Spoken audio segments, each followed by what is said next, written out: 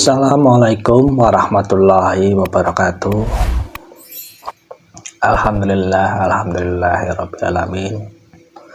Wassalatu wassalamu ala asrofil mursalin sayyidina wa maulana Muhammadin Rasulullah sallallahu alaihi wasallam. Alhamdulillah, di kesempatan kali ini kita dipertemukan lagi dengan keadaan yang sehat, baik itu jasmani ataupun rohani. Saudara-saudara Kang Toko TV yang berbahagia dimanapun panjenengan berada, tidak lupa kita selalu bersolawat kepada Nabiullah Muhammad Rasulullah Shallallahu Alaihi Wasallam yang telah memberi petunjuk kepada kita sehingga kita mengenal Tuhan kita melalui risalah Kanjeng Nabi sebagai utusannya. Di dalam sebuah Al-Quran Al-Hadid ayat 3 telah diterangkan yang maknanya segala sesuatu yang awal dan yang akhir, dialah yang awal, yang akhir, yang zahir dan yang batin. Maknanya yang awal dan yang akhir, yang zahir dan yang batin itu adalah Allah Subhanahu wa Ta'ala. Karena setiap kejadian itu adalah skenario Allah Subhanahu wa Ta'ala. Kita tinggal berproses untuk menjalankan semuanya. Semoga kita dibimbing di jalan yang lurus, di jalan kebaikan. Walaupun terkadang kita diberikan jalan, terkadang untuk mengenal kebaikan kita melalui jalan yang salah, itu adalah kesempurnaan dari Allah Subhanahu wa Ta'ala. Saudara-saudara Kang Toko TV yang berbahagia,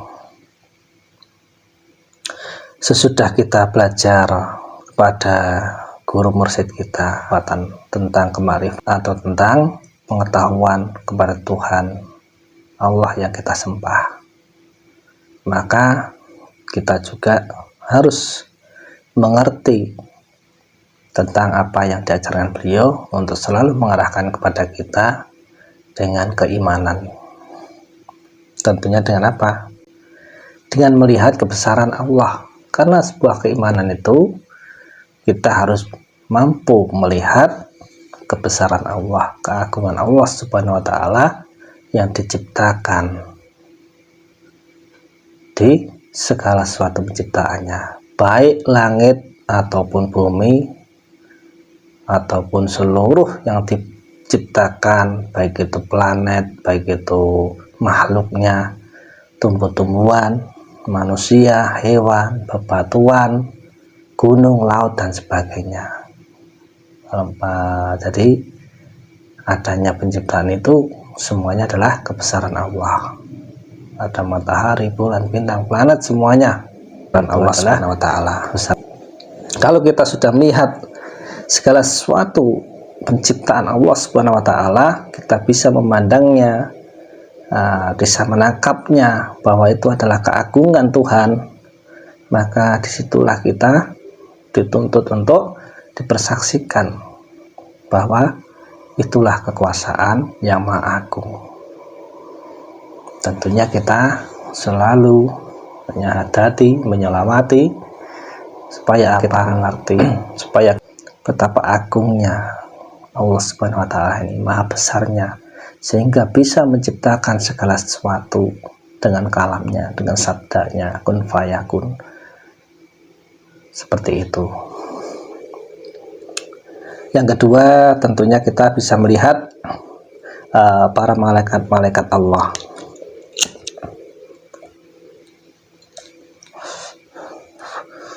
Allah Subhanahu wa Ta'ala menciptakan para malaikatnya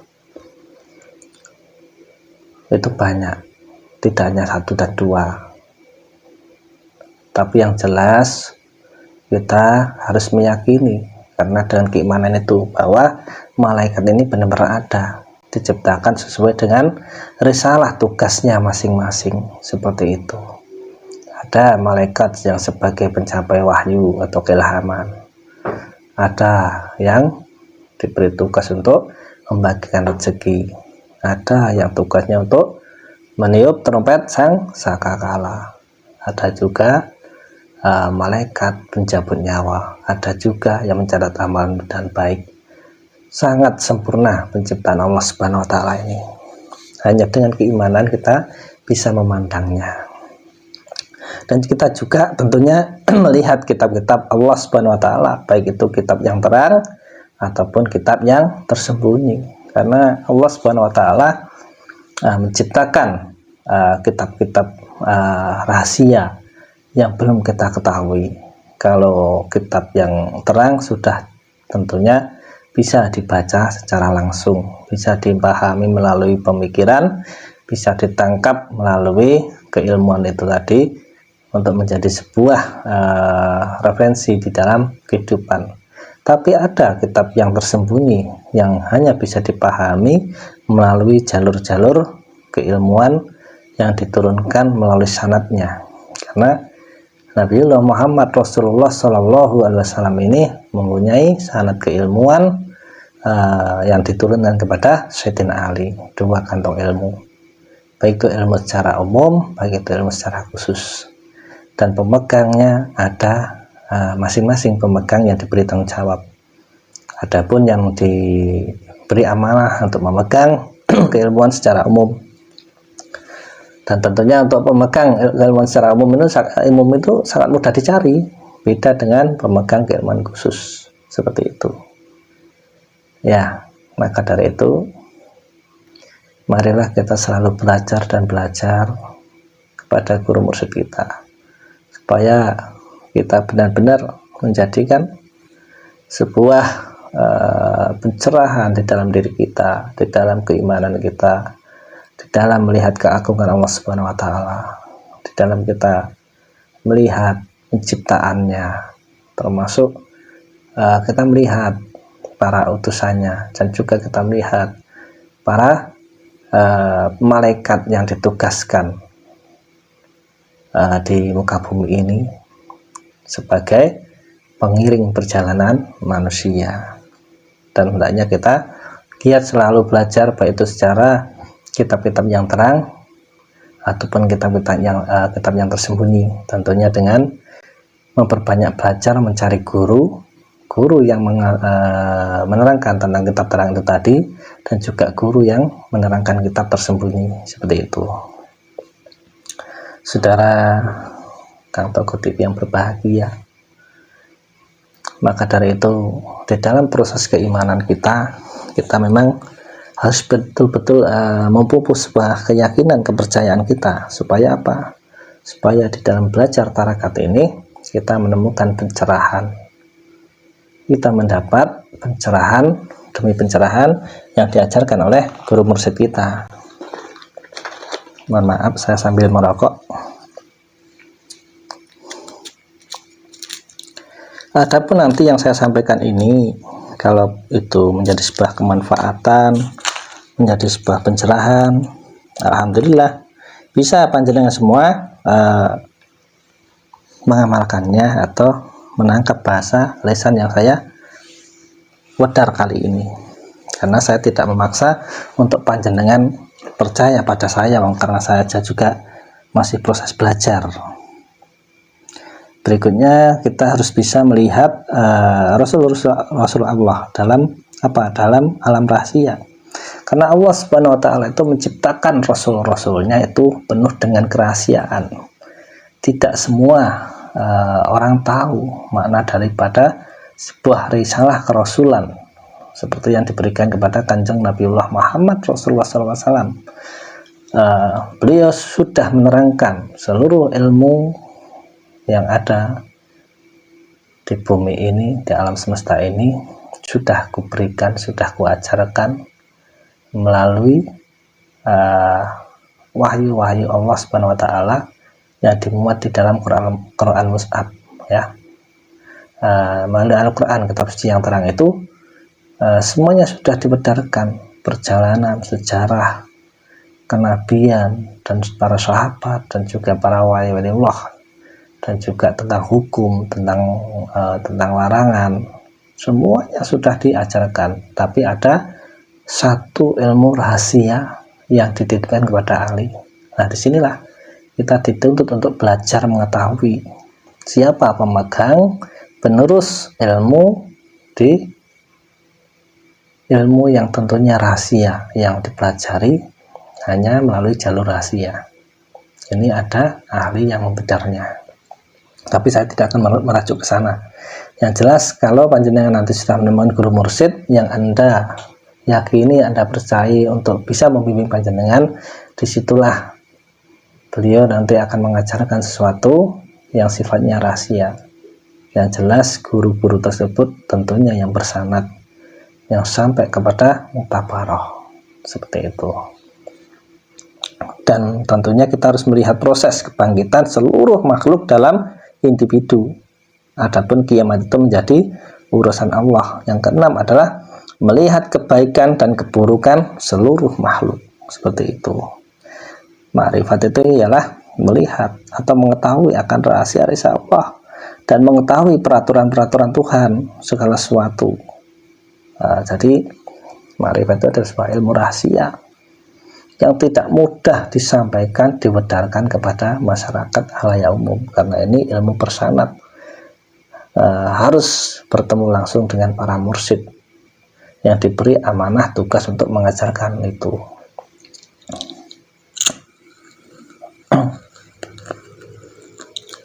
Kalau kita sudah mengerti akan ilmu ma'rifat, tentunya kita sudah tidak akan terjebak dengan bantah-bantahan ataupun dengan keributan-keributan, karena kita sudah iman secara ma'rifat. Jadi kita sudah ditanamkan bibit-bibit keimanan di dalam mengenal segala sesuatu yang Allah ciptakan.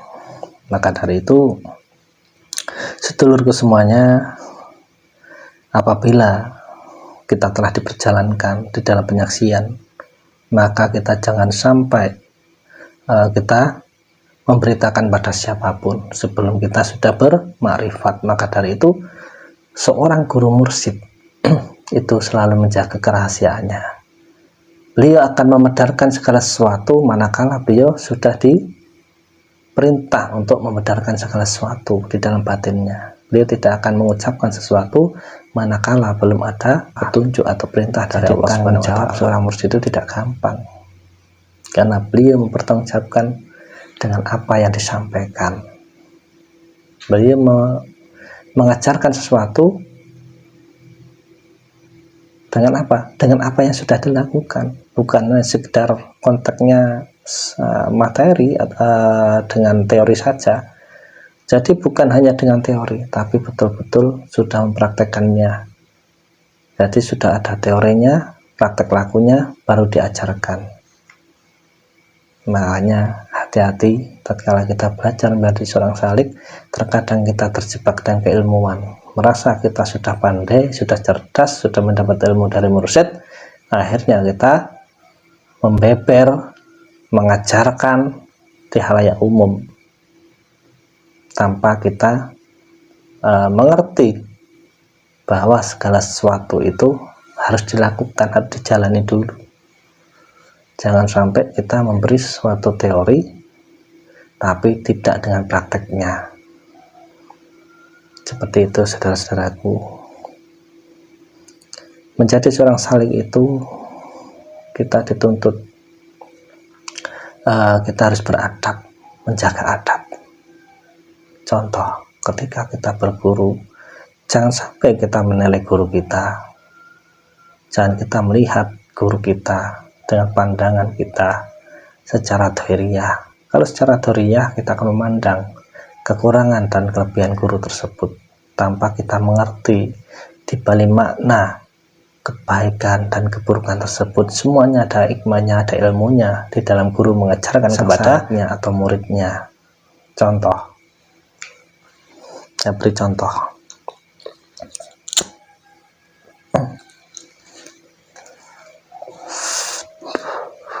Dulu ada cerita yang membuat menangis Syekhona Khalil Bangkala Madura.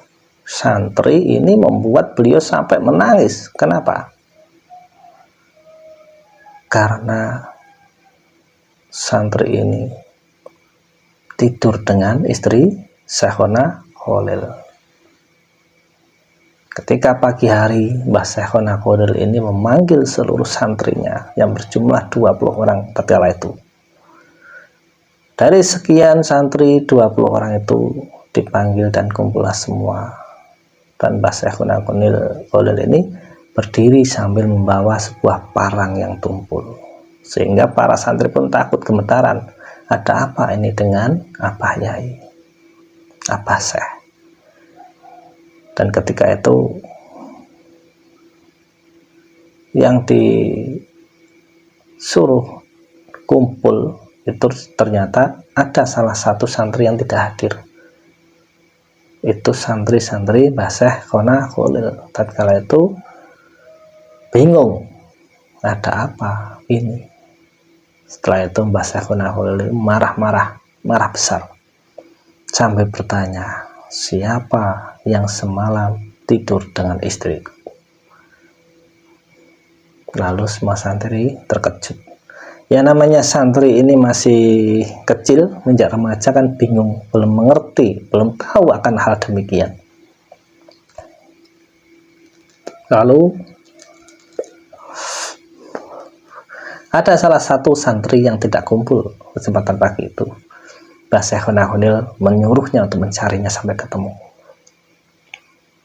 Cari siapa yang belum datang. Akhirnya dicarilah, ketemulah. Ternyata yang tidak hadir adalah Bahar namanya. Bahar menghadap kepada Syekhona Khalil dengan rasa gemetar, cemas, takut, was-was, karena Mbah Syekhona itu marah sambil membawa parang. Setelah itu mengulangi pertanyaan kembali Syekhona Khalil ini, siapa yang tadi malam tidur dengan istriku? Akhirnya Bahar ini menjawab, saya Abah Yai yang semalam tidur dengan istri Abah Yai. Betapa terkejutnya Syekhona Khalil kepada Bahar kecil ini. Oh, ternyata kamu akan kuberi hukuman atas ketidakpantasanmu. Si Habib Bahar kecil menjawab, saya terima hukumannya Abah Yai, tapi saya melakukan itu semua hanya dalam mimpi. Mbah Syekhona Khalil lalu menjawab, saya tidak ingin tahu. Bawa ini parang, tebang seluruh bambu yang ada di belakang rumah. Jangan sampai ada yang tersisa satu helai daun pun. Nah, itu kemarahan saya. Abah Khalil, Bahar kecil pun lalu menurut saja, dilakukannya perintah gurunya.